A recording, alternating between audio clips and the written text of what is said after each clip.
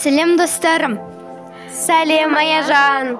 Алып ертонға жырында Тәңір сүйіп жаратқан, әлемді өзіне қаратқан, қаһарман жауға таратқан көк Тәңірдің ұлы еді, шумақтарын қалай түсінесің?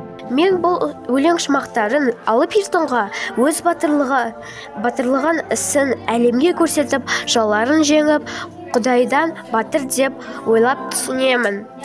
Ал мен болса алып ертонғаны арыстандай айбарлы деп санаймын. Себебі арыстан ол жануарлардың билеушісі, ал алып ертонға өз халқының қаһарманы.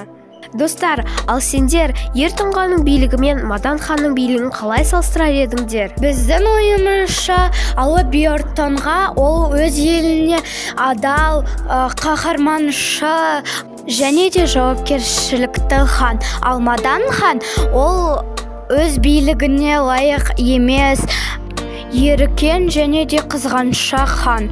Достар, ал сендер алып ертонғаның сауытын қалай суреттейсіздер? Біз алып ертонғаның сауыты сұр түсті, күмістен жасалған, жаудан қорғайтын, өте қатты деп ойлаймыз. Және де оның бас киімі де өте ұлттық, ертонғаның басын жаудан қорғайды. Ал достарым, енді сендердің жауап беретін кездерің келді. Алып ертонға келеді, 100 000 әскер ереді, 100 000 жебе кереді, жер қайысқан қол еді деген осы өлең шумақтарының басты идеясын қалай бағалай едіңіздер?